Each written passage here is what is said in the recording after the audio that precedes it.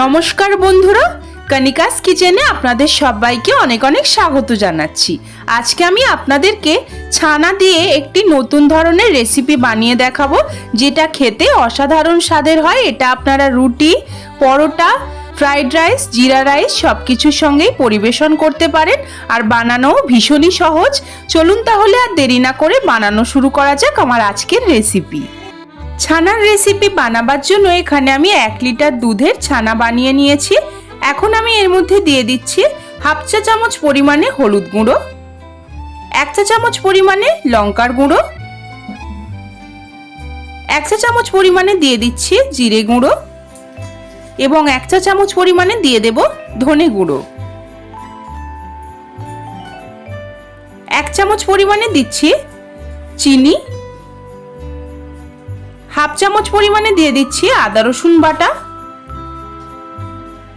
Half চামচ পরিমাণে দিয়ে দিচ্ছি লবণ আপনারা স্বাদ অনুসারে দেবেন। বাইন্ডিং এর জন্য 1 চামচ পরিমাণে দিয়ে দিলাম ময়দা। এখন হাত দিয়ে সমস্ত কিছু ভালোভাবে মেখে নিচ্ছি। ছানাটাকে ভালো করে সফট করে মেখে নিতে হবে। ছানা আমার সুন্দর সফট করে মেখে নেওয়া হয়ে গেছে। এখন এগুলো থেকে আমি কোপ্তাগুলোকে কেটে নেব। এইভাবে ছোট ছোট কোপ্তাগুলোকে আমি কেটে হাতের সাহায্যে একটু গোল করে নিলাম। তারপর একটা চ্যাপ্টা আকারের কোপ্তা আমি বানিয়ে নিচ্ছি। আপনারা চাইলে লম্বাটে কোপ্তাও বানাতে পারেন। আমি এখানে টিক্কার মতন চ্যাপ্টা করে কোপ্তাগুলোকে বানাবো। প্রত্যেকটা কোপ্তা আমি একই প্রসেসে বানিয়ে নিচ্ছি। আবারও একটা করে আপনাদের আমি দেখিয়ে দিলাম। এইভাবে চ্যাপ্টা করে বানিয়ে নিচ্ছি। এটা কিন্তু করা ভীষণই সহজ। প্রত্যেকটা কোফতা আমার গড়ে নেওয়া হয়ে গেছে। এখন আমি একটা গরম কড়াইতে দিয়ে দিচ্ছি 1 চামচ পরিমাণে সাদা তেল। এই রেসিপির জন্য কিন্তু সাদা তেলই ব্যবহার করতে হবে। তেল গরম করে নিয়ে দিয়ে দিলাম অল্প পরিমাণে দারচিনির টুকরো, 3টে ফাটিয়ে নেওয়া ছোট এলাচ, আর দিয়ে দিচ্ছি কয়েকটা গোলমরিচ গোটা, একটা দিয়ে দিচ্ছি তেজপাতা। এখন ফোড়নটাকে ভালোভাবে একটু ভেজে নিয়ে এর মধ্যে দিয়ে দিচ্ছি কয়েকটা কাজু বাদাম। কাজু বাদামটাকেও হালকা করে একটু ভেজে নেব। গ্যাসের ফ্লেমটা এই পর্যায়ে মিডিয়াম টু লোতে রয়েছে। সমস্ত কিছু হালকা করে ভেজে নিয়ে দিয়ে দিচ্ছি অল্প পরিমাণে পেঁয়াজ। এখন আমি সমস্ত কিছু নেড়ে চেড়ে মিডিয়াম টু লো ফ্লেমে হালকা করে একটু ভেজে নেব।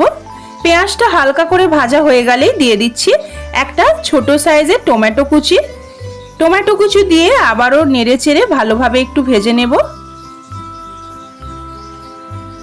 টমেটোটা হালকা একটু মেল্ট হলেই দিয়ে দিচ্ছি 2টো কাঁচা লঙ্কা দেওয়ার পর আবারও নেড়ে চেড়ে মিডিয়াম টু লো ফ্লেমে সমস্ত কিছু একটু ভেজে নিচ্ছি। এখন আমার মশলা তৈরি করে নেওয়া হয়ে গেছে। এবার এগুলোকে আমি নামিয়ে ভালোভাবে একটু ঠান্ডা করে নেব। ততক্ষণে আমি একটা গরম কড়াইতে দিয়ে দিলাম 1 টেবিল চামচ পরিমাণে সাদা তেল। তেলটা গরম হয়ে এলেই দিয়ে দিচ্ছি ডুমো করে কেটে নেওয়া আলু দিয়ে নেড়েচেড়ে আলুগুলোকে হালকা করে একটু ভেজে নেব। গ্যাসের ফ্লেমটা এই পর্যায়ে লোতে রেখেছি। ততক্ষণে মশলাও আমার ঠান্ডা হয়ে গেছে। এবার এগুলোকে আমি বেটে নেব। সমস্ত মশলা আমি ঢেলে নিয়েছি। এখন আমি এর মধ্যে দিয়ে দিচ্ছি 1 চামচ মতন পোস্ত, 1.5 চামচ মতন দিয়ে দিচ্ছি টক দই,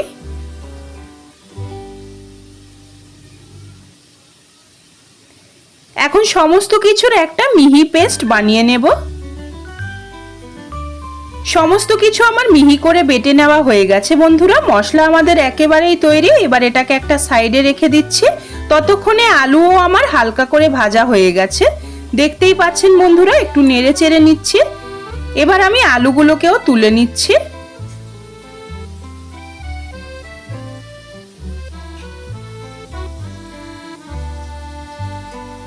এখন ওই একই তেলের মধ্যে দিয়ে দিচ্ছি আগে থেকে বানিয়ে রাখা ছানার বলগুলো দেওয়ার আগে তেলটা আমি হাই ফ্লেমে ভালো মতন করে গরম করে নিয়েছি। তারপর ফ্লেমটাকে মিডিয়াম টু লোতে করে দিয়েছি। এখন উভয় দিক ভালোভাবে উল্টে পাল্টে ছানার বলগুলোকে গোল্ডেন করে ভেজে নেব। ছানার বল আমার গোল্ডেন করে ভেজে নেওয়া হয়ে গেছে। এবার এগুলোকে আমি তুলে নিচ্ছি তেল থেকে ছেঁকে।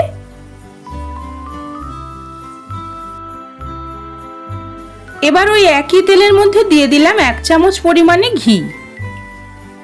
ঘিটা ভালোভাবে মেল্ট হলেই দিয়ে দিচ্ছি অল্প একটু দারচিনির টুকরো, 3টে ফাটিয়ে নেওয়া ছোট এলাচ, কয়েকটা গোটা গোলমরিচ, 2টো দিয়ে দিচ্ছি শুকনো লঙ্কা, একটা দিয়ে দিচ্ছি তেজপাতা। এবার মিডিয়াম টু হাই ফ্লেমে নেড়েচেড়ে ফোড়নটাকে একটু ভেজে নেব। ফোড়ন থেকে খুব সুন্দর গন্ধ বেরোতে শুরু করলেই দিয়ে দিচ্ছি 1 চামচ পরিমাণে আদা রসুন বাটা। আদা রসুনের কাঁচা গন্ধটা চলে যাওয়া অবধি এখন ভালোভাবে নেড়েচেড়ে একটু ভেজে নেব। গ্যাসের ফ্লেমটাকে মিডিয়াম টু লোতে করে দিয়েছি। এবার আদা রসুনের কাঁচা গন্ধটা চলে গেলে দিয়ে দিচ্ছি একটা মিডিয়াম সাইজের ক্যাপসিকাম। এখানে আমি ক্যাপসিকামটাকে ডায়মন্ড সাইজের কেটে নিয়েছিলাম। নেড়েচেড়ে ক্যাপসিকামটাকে হালকা করে ভেজে নিয়েছি। এরপর দিয়ে দিচ্ছি আগে থেকে বেটে রাখা মশলা। গ্যাসের ফ্লেমটা কিন্তু মিডিয়াম টু লোতেই রয়েছে। মশলাটা দিয়ে ভালোভাবে মশলাটাকে আমি এবারে নেড়েচেড়ে কষিয়ে নেব।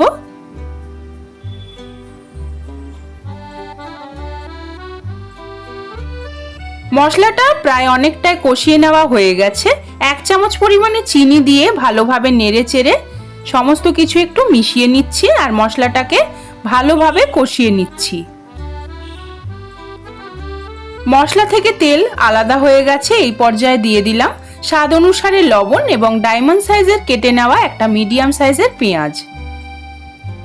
এখন নেড়েচেড়ে পেঁয়াজের সঙ্গে মশলাটাকে আবারও ভালোভাবে একটু কষিয়ে নেব।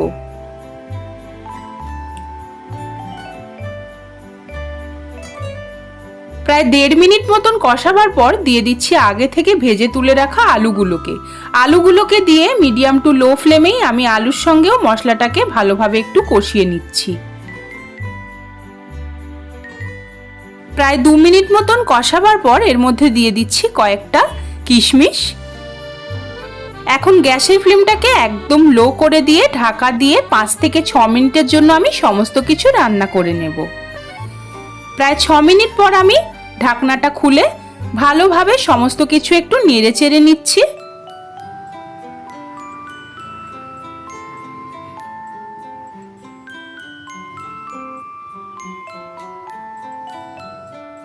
এবারের মধ্যে দিয়ে দিচ্ছি মিক্সার গ্রাইন্ডার জারটাকে ধুয়ে অল্প পরিমাণে জল কিন্তু এই রেসিপিতে বেশি দেওয়ার কোনোই প্রয়োজন নেই। অল্প পরিমাণে জল দিলেই বেশি ভালো হবে। এবার আমি গ্রেভিটাকেও 5 থেকে 6 মিনিট লো ফ্লেমে রান্না করে নেব। 6 মিনিট পর আমি ঢাকনাটা খুলে নেব। ঢাকনা খুলে ভালোভাবে নেড়েচেড়ে নিতে হবে একটু।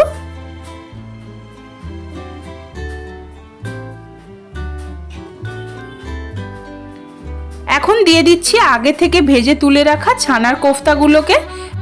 এখন নেড়েচেড়ে সমস্ত কিছু মিশিয়ে নিয়ে 4 থেকে 5 মিনিট আমি কোফতাগুলোকে গ্রেভির মধ্যে মিডিয়াম টু লো ফ্লেমে রান্না করে নেব। প্রায় 5 মিনিট পর কোফতা কারি আমাদের প্রায় তৈরি হয়ে এসেছে। 1 চামচ পরিমাণে ফাইনাল টাচের জন্য দিয়েছি গরম মশলার গুঁড়ো। সমস্ত কিছু ভালো করে মিশিয়ে নিচ্ছি। এবার এখন কিন্তু আমাদের ইউনিক ছানার কোফতা কারি একদমই তৈরি। দেখতেই পাচ্ছেন বন্ধুরা কতটা লোভনীয় লাগছে দেখতে। গ্যাসের ফ্লেমটাকে অফ করে এবার আমি নামিয়ে নেব।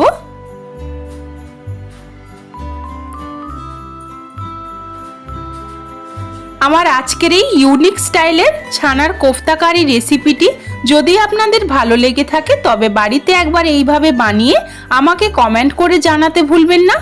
আমার ভিডিওটিকে প্লিজ একটি লাইক করবেন আর আমার চ্যানেলকে সাবস্ক্রাইব করে আমার পাশে থাকবেন। পাশে থাকা বেল আইকনটিকেও প্রেস করে দেবেন যাতে চ্যানেলে আমি যখনই কোনো নতুন ভিডিও দেব আপনারা সবার আগে দেখতে পেয়ে যান। আমার এই ভিডিওটিকে বন্ধুদের সঙ্গেও বেশি বেশি করে একটু শেয়ার করে দেবেন। আজকের মতন এই পর্যন্তই। আবারও হাজির হয়ে যাব নতুন কোনো রান্নার রেসিপি নিয়ে। সেই পর্যন্ত আপনারা সবাই খুব ভালো থাকুন ও সুস্থ থাকুন। এতক্ষণ পাশে থাকার জন্য অনেক অনেক ধন্যবাদ।